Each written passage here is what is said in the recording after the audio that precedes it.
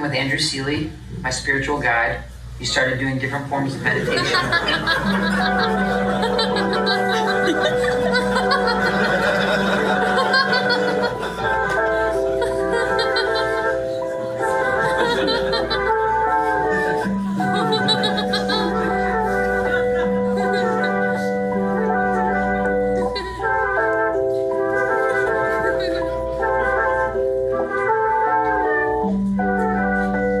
Best healer I've ever worked with, best spiritual guru. And of course, the last thing, is the most important thing, was that I learned the deep breathing techniques from Wim Hof, the Iceman himself. I took the seminar. It was extremely expensive, but it was worth it. I learned a lot of super technical breathing skills.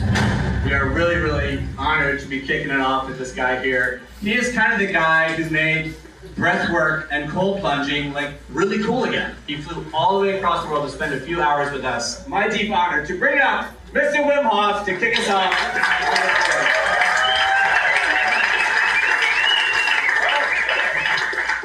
Take a deep breath in. And let it go. And all in. Let it go. Punch it go. Come on. Pull the air. Let it go. Pull the air. Let it go. Here comes the last one.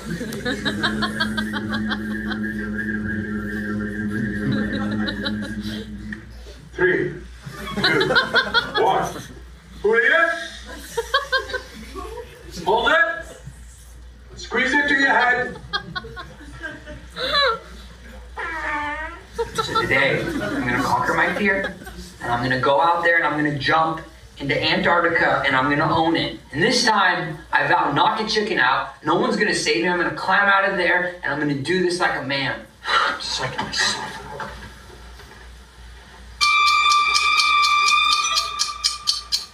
I'm just gonna start out by just going out and feeling the temperature. Oh, fuck that, dude. Fuck that. I'm not doing this shit.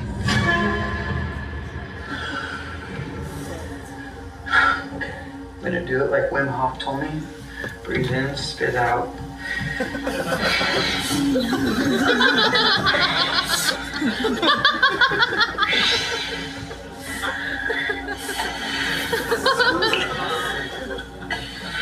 I think it's just breathe in, breathe out. Breathe in, spit out. That's what he said in the class.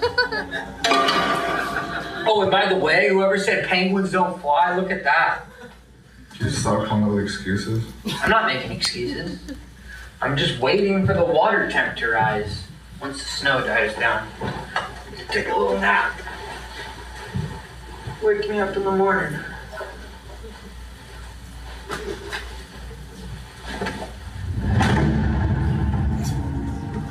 Albert, it's time. I know you're awake. Go away, Ryan! I don't want to fucking do the ice polar plunge bullshit. You have to do it. You promised it to yourself. I'll do it when I'm ready. I'll do it tomorrow. I'll do it Thursday. Today. Thursday, Ryan. No. Go away!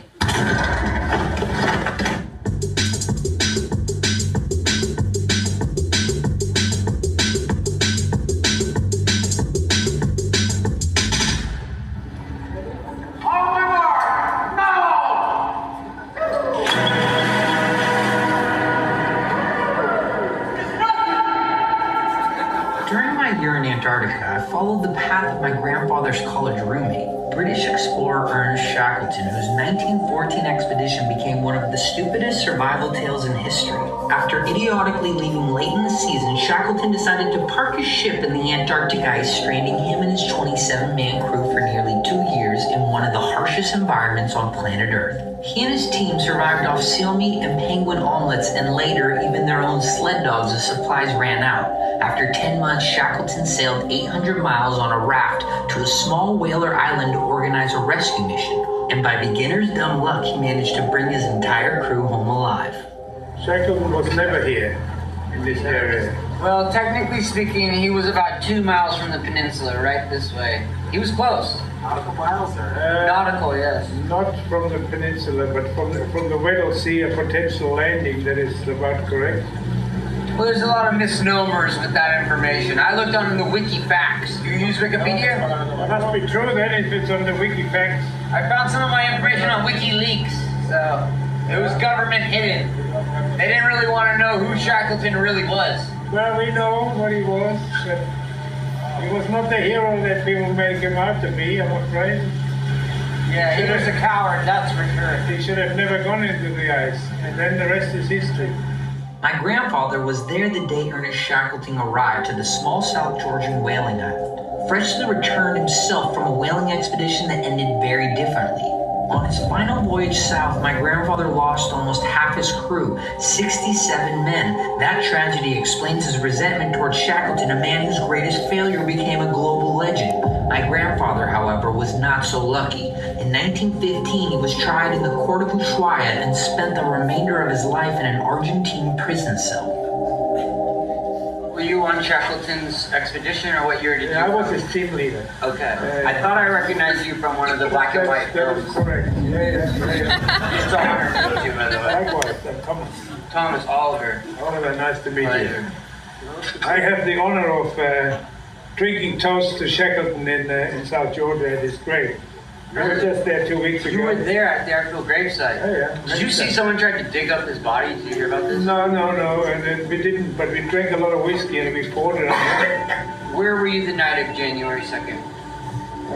January 2nd last year, I was at Rudwick pouring whiskey on Shackleton. And I can show you the bottle that we Okay, because drank. that was coincidentally the night he went missing. No, he died on the night of the 5th. Well, he died the night of the 5th, but they dug the body up on the 2nd.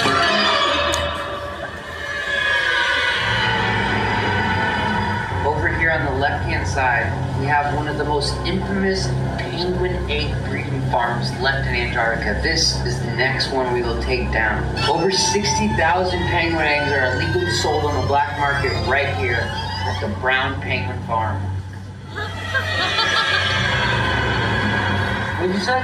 Is it a smuggling route for penguin eggs, this southern route through The Antarctica? southern route is the most notorious for illegally selling penguin eggs. They use them for mostly penguin omelets. Northernmost one is in the Arctic, you know, they have northernmost penguin farm. Yeah, that's the most popular It's on one. Greenland. Yeah. Greenland. Yeah, that's where we're gonna go next. That's where they breed the penguins up there. This is the local guano factory for you guys. So how did the penguins fly up there? That would be a miracle if the penguins would fly up there because they're not penguins, they're cormorants. Correct me if I'm mistaken, but that looks like a Gentoo colony. If they wanted to be a gentoo, you can call it a gentoo. I don't care. I'm pretty sure I saw a chin strap too.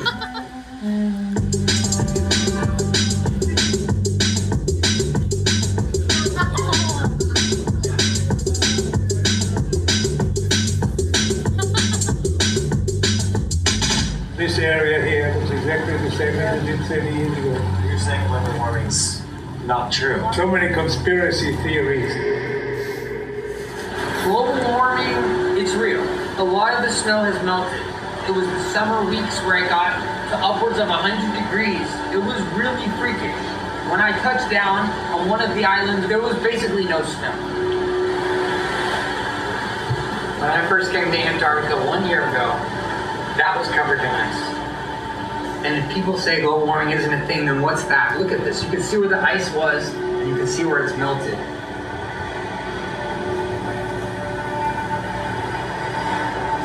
That was literally an iceberg. I remember seeing that exact iceberg floating. What is that now? This was 4 times the size. And now, try to riddle me this. What is it, covered in penguin poo? No, that is rocks. It's obscene. This makes me horribly sad. Everything I know is completely shifting before my eyes, and I've watched this drastically happen. Okay, as I've been here for an entire year, I've been watching the ice melt slowly and slowly, and now it's at the point where there is no ice. This is what humanity is doing. They're melting the ice caps. They're turning them into rocks. It's either that or that's a shitload of penguin poo. And I can guarantee you that that's not the case.